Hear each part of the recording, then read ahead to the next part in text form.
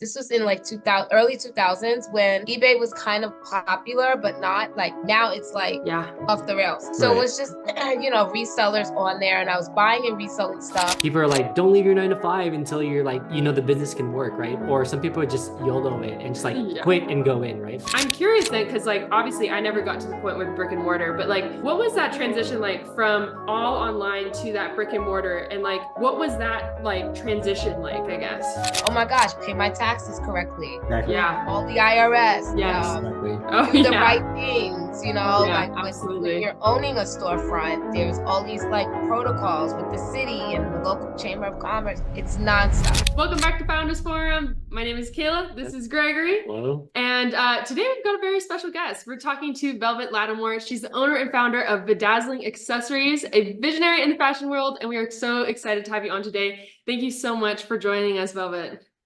Thank you for having me. I'm so excited to be here. Awesome. So you, I think, are the first fashion business I think we've had on the podcast, which is super exciting. So we'd love to talk to you a little bit more about your journey, and kind of what was the start of your entrepreneurial journey? Like, was it Bedazzling Accessories? Was it something else? Take us back to the beginning. How did you start? Well, I actually started on eBay. Oh, I was nice. looking for a way to just sort of supplement my income. This was years. This was in like 2000, early 2000s when eBay was kind of popular, but not like now it's like Yeah. off the rails. So it Right. was just, resellers on there and I was buying and reselling stuff. And I really started to enjoy the whole aspect of sourcing products, finding things that are unique Yeah. and having people really get excited about the product. So not on trend, but very unique pieces. And I've Nice. always loved jewelry and accessories. So I naturally started selling my high-end bags just to like get rid of them and flip them.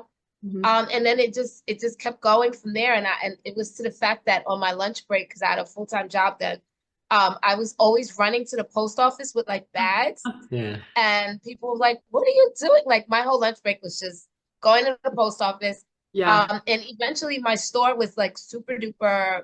I did really good in sales that Nice. when I was laid off, it was almost like, oh, okay, they did me a favor. So it kind of started Nice. off that way. Like it really was just a way to like bring in like passive income for my household. And I was trying to buy a car and I had a goal and it really was just that. Like That's it awesome. really But was. how long ago was this? And like, how long were you doing this during your 9 to 5 job?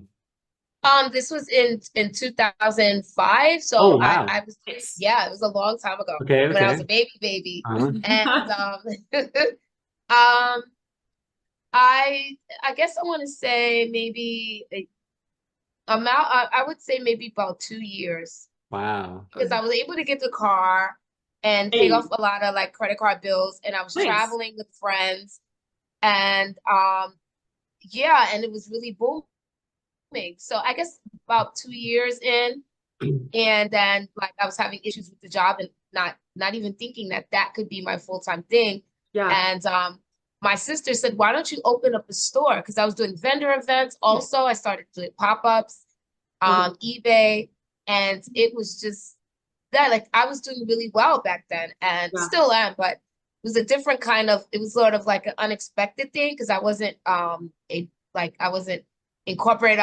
It was just like something I was Yeah. just doing. So, So I wasn't tailored and structured. It was just kind of like, okay, let's sell some stuff. Yeah. So I guess about 2 years in, and then I ended up opening a brick and mortar in Wow. yeah, in 2011. that's So crazy. Nice. yes.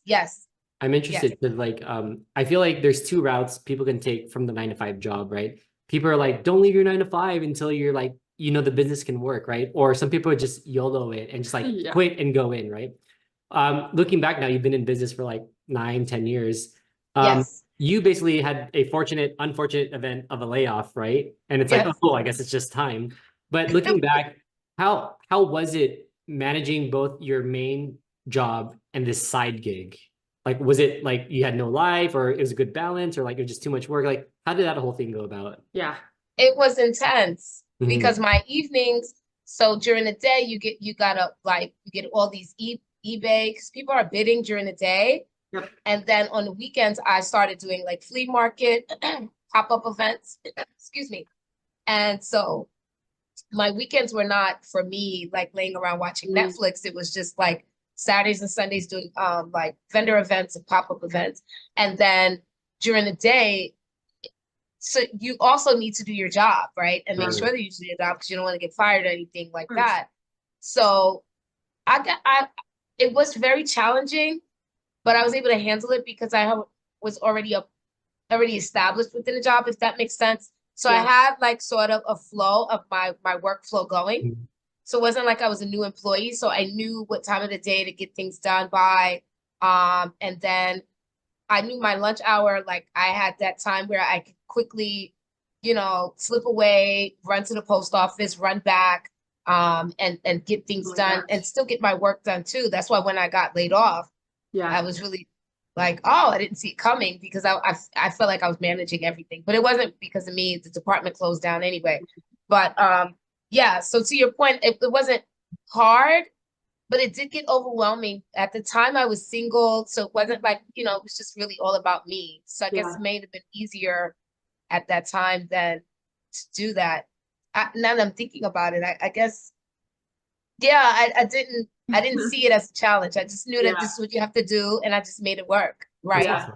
I really love that. And I love how you started this story because I super, super resonate with it. When I was in college, which for me, it was not that long ago, I actually had a side thing going with like what's now Poshmark and Mercari. Like that, I like lived in thrift stores and and all that stuff. So like when you're saying like, oh yeah, I was like doing all these runs to the post office, like I'm still kind of doing it a little bit. So I'm like, yes, I know exactly what I still am. I'm on Poshmark too. Like it hasn't stopped. Yeah, no, same. It's a great way to kind of get, for me at least, it was a great way for me to step into like kind of the business world and understand like, okay, like, is this product going to do as well as I think? How am I like, photographing it? How am I presenting it? How am I presenting my account and my store and things like that? So I'm curious then, because like, obviously I never got to the point with brick and mortar, but like, what was that transition like from all online to that brick and mortar? And like, what was that like transition like, I guess?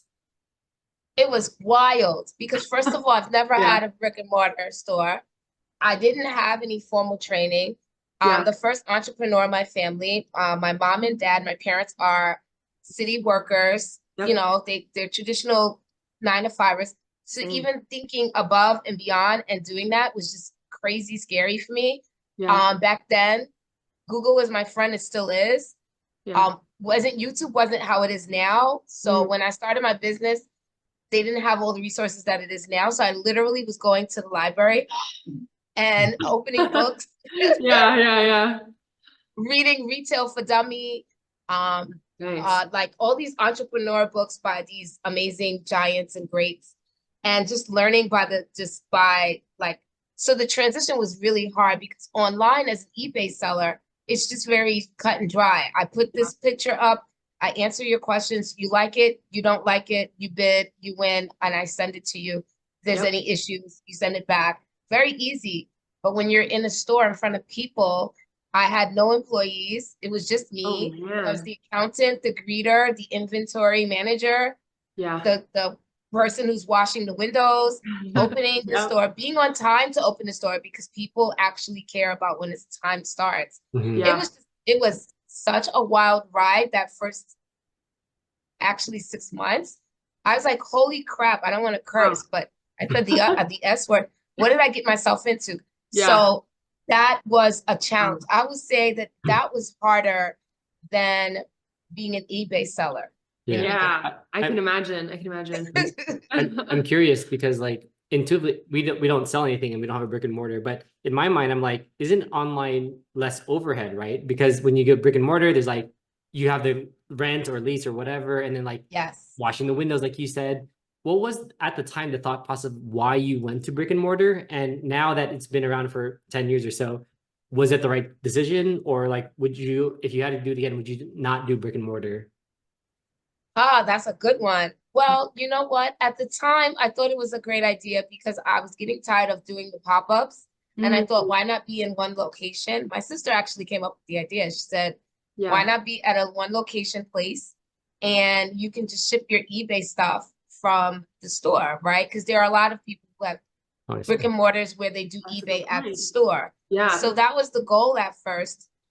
And then it got easier once I understood what I was doing. The first year was like extremely tough. I wanted to quit several times. And then keeping the retention going and you're doing everything. Yeah. But after I did 10 years with the store, and then I actually closed the store in October of 2019, and then the pandemic happened. Exactly. I was right? this, yeah. And now so and that was another transition because then I had to go back to the person that I was in 2010, right? So in 2011, 2010, 2011. Yeah. So no, I opened in 2011. So to go back to that girl, and so meeting people so to make it quick, because I'll get long with it, having a relationship with my customers and people who came into the actual store and building a name within my community was a key for my website, because when I did decide when it went up on my lease and I was like, this is crazy, they keep going up on my lease, my neighborhood was changing and the writing was on the wall. I said, you know what? I can do this online. I have a website. I'm paying Shopify every month. Why not take the money that I'm paying for the storefront and then just hire, the correct professionals to help me with online help, marketing. I paid for someone to help me with that. So by the time I transitioned, those customers were able to follow me online and they were loyal already to me because they were used to seeing me. And then when the lockdown happened, I received, so much support from local people who knew me that it actually helped increase sales. There you go. So I guess what I'm saying is I don't regret it and I would do it again. But right now I would not go back to a brick and mortar because that's over, and if COVID has shown us anything, it's that the online space is the appropriate thing. And who knew that was going to happen when I decided to close the doors. Yeah. Oh my gosh. Follow-up question. So, I think a lot of e-commerce business, the pandemic they did well, right? And then I think like a year or two after the pandemic, it was like, oh, okay, people are coming back. And then the e-commerce kind of space kind of maybe died down a little bit, not probably still higher than pre-pandemic. So is that similar to like what happened with your business where it's like there was a boom during the pandemic and then kind of like afterwards, like, oh, people, okay, it regulates. Like, okay. Absolutely. When people realize they can go back outside, they were like, oh, later, sister. So yes, I did have that struggle, but I had to work even harder. But thank goodness, again, I did all the right steps. Yeah. While I was still like, I didn't just rest on like, oh, I'm making so much sales online during the pandemic and during lockdown. I still kept up with my sending out my emails, my social media, and my YouTube. I tried doing YouTube. I'm not as busy as I used to be on YouTube, but just doing the right things so that when business did kind of like start shifting downward, I wasn't like ready to pull my hair out, I just shifted the strategy and worked a little bit harder at, the digital marketing space. Yeah. So yes. That's awesome. That's super cool. I love hearing the ride because I think that's only something you can experience if you're in like a business, really like that very significant up and down. And something that has helped us at least through those like roller coasters, granted, we've not really been around for that long. So, is mentors. And I'm curious, like I hear you speak about your sister. I hear you speak about like, being a part of the community. So like, was there anybody that was able to like mentor you through this? And if so, like, what was that impact on your business? I'm curious. Oh, it was I had quite a few. I still speak to them today. Yeah. I had two women in my lives. And then friends that are not, they're mentors in a sense of just pouring into me when I need it as really good friends, even though they're 9 to 5, not entrepreneurs. They still get it and want to support me with any crazy moments. I feel like I'm having a meltdown and I need them to bring me back. Yeah. But the two mentors that I had that were in business way longer, also one mentor, she's had a brick and mortar store for a long period of time. So when I connected with her, it was when I was so confused about what was going on and how to continue my store and what can I do. I actually met her through a friend and she gave me a lot of advice. And I would say that it was helpful because she had had a store since like the 90s, and she's one of those pillars Nice. of examples of people who can still keep the traditional store going. Yeah. And she would give me advice on how to still stay relevant, because I had struggled with that. Because like you were saying, when people started to come back outside again, as they say, Yeah. I was like, how do I still find a voice where people are no longer really interested in shopping with me online? It felt that way. Mm. And even though she's in the brick and mortar space, she gave me some sound advice on that. Yeah. Another mentor told me, and I'll never forget it, and I still use this. She said, everyone is struggling. We're just at different angles of the struggle. And it's so true. Wow. So I would always Yeah. feel like it was just me with like, oh, I'm struggling. And she'd say, oh, Velvet, your struggle is not someone else's struggle. We're all struggling, but there's different levels of the struggle, right? Yeah. And once you put that in perspective, you kind of like pull yourself back down and you say, okay, I got this. Yeah. I can That's awesome. push through this. That It's is not as profound. bad as I'm making it seem. Yeah. Yeah. That's profound. I love that. Yeah. Something I'm always fascinated by is like, I think people take for granted, or actually don't really appreciate unless you're an entrepreneur, how much work it takes to be a successful business, right? Specifically at least breaking even. And I think the stats is something like, it takes 3 years for most businesses to break even or to become profitable. Yes. What is your experience with like breaking even? Like, how long did that take you? Like, how Years. was that years? Okay. Yeah. It takes years and a lot of patience. Yeah. Yes. It took about 7 years. Yeah. It's amazing. Long, it felt long. Right. Yeah. Yeah. Like, oh my God. So it does, for me personally, I just can speak for my business. Yeah.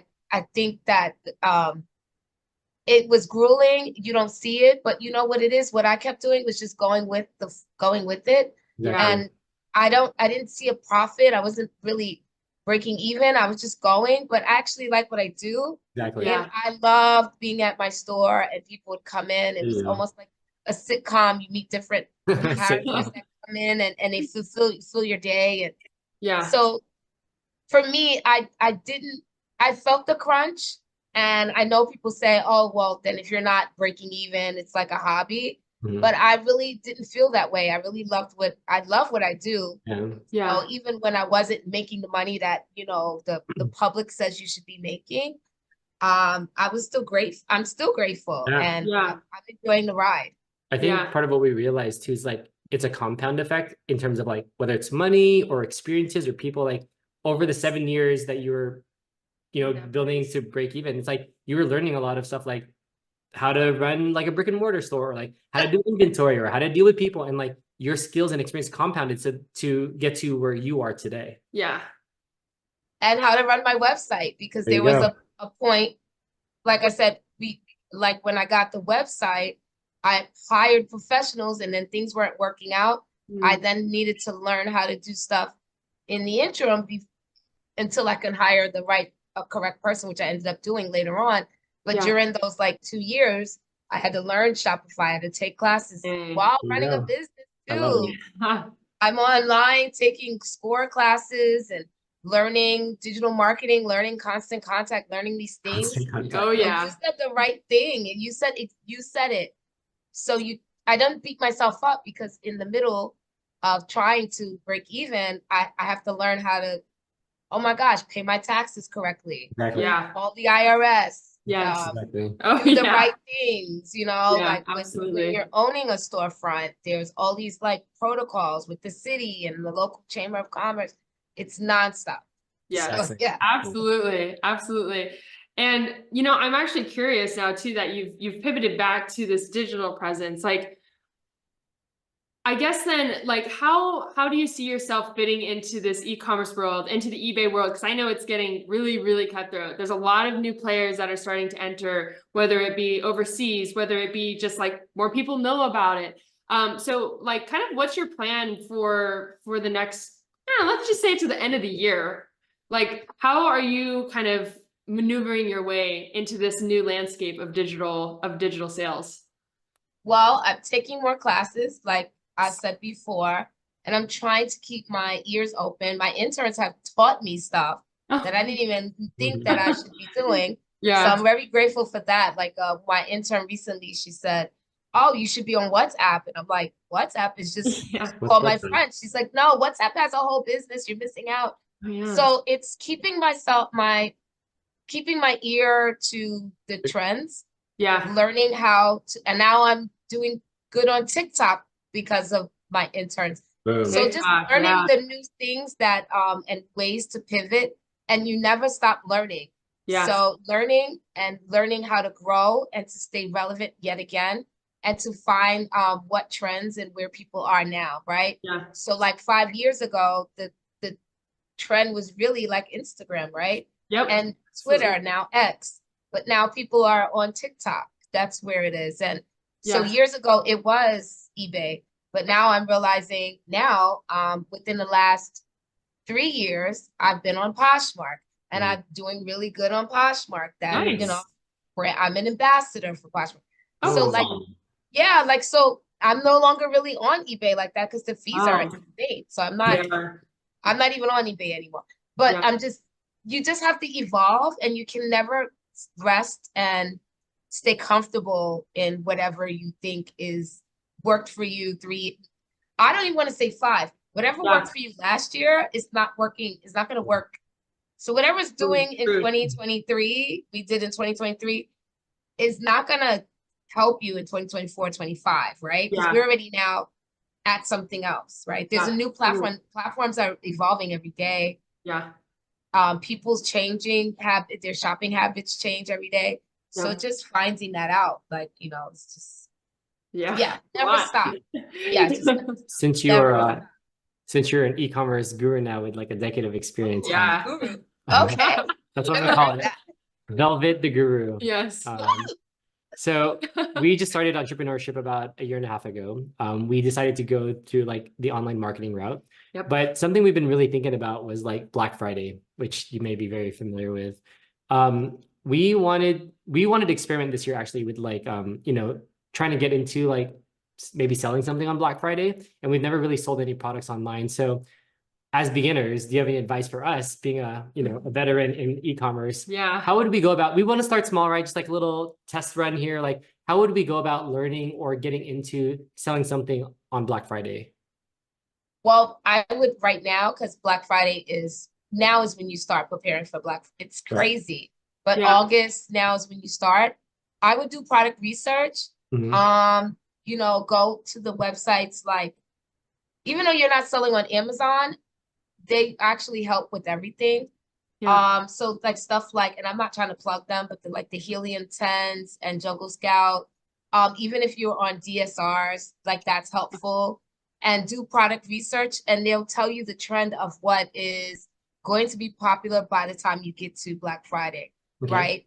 Wow. Just look at what the trends are like on your social media platforms. Like, Yeah. what are people doing on TikTok? So you see, I think there's I recently saw, even though it's not what I sell, I saw that there is this popular bath mat that people have on TikTok. That could be something. Remember how everyone was really into the Stanley Cup? Yes. Right? Oh my gosh, Right? yes. And now that's not a thing. I think the new cup is called, there's another replacement for Stanley Cup. I can't think of it right now, but it's on TikTok, right? So you see how we're evolving into another product that is like super popular. So what I would do is like product research, and you can even do it on Google, like by putting it in your keyword, your product. Oh my gosh, I have it on my laptop. I can't remember it right now. It's the extension when you do it in your Google Chrome. Your keyword. What did you say? Oh no, I thought you were going to talk about shopping campaigns, but no, I think it's something else. Yeah. Oh no, not with shopping campaigns. Just trying to find product. I can't think of it right now, and I'm throwing a blank.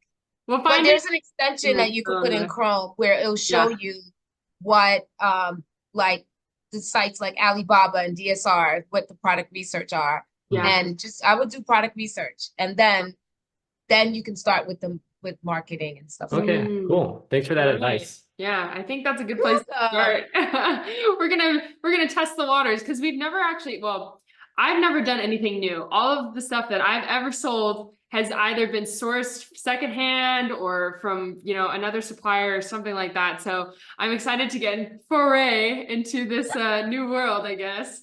I'm excited for you. Yeah. It's a fun world. Yeah. It's fun. It's Yeah. really fun.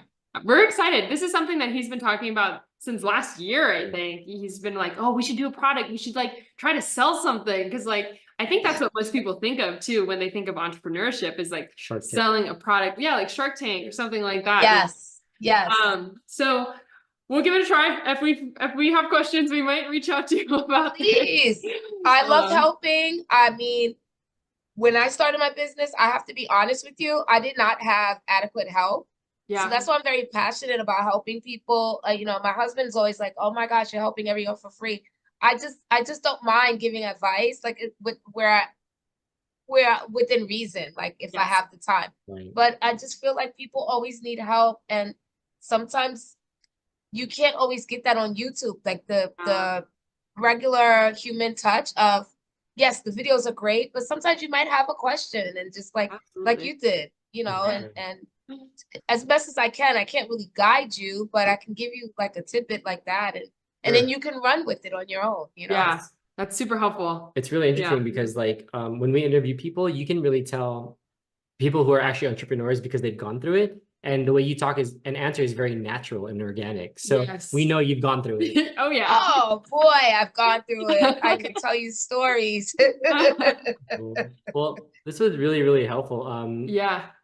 I think you know, as we wrap up, I think the one last question I'd love to ask, because I think there's been like themes of like, you know, learning, persistence, being able to evolve, you know, being able to help like your fellow human, you know. Do you have like a particular like, I don't know, mantra or like, I don't know, like mission that you kind of hold yourself or your business to when you operate? That's a really excellent question. Because I don't really think sometimes, I think because I'm always just going, and sometimes you don't slow down.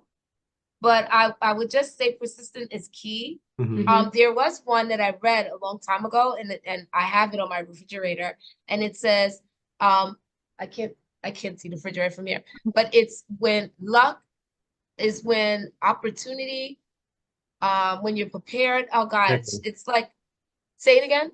Oh, I remember. I think Yeah. it's like luck is when Just opportunity and opportunity and preparedness intersect. Yes, Yeah. correct. And Yeah. I do Yes. believe that that's true. Like, I think that for me personally, had I had not started, just, I don't know, the idea came up because I wanted a car. I couldn't afford it. I said, how can I do this fast?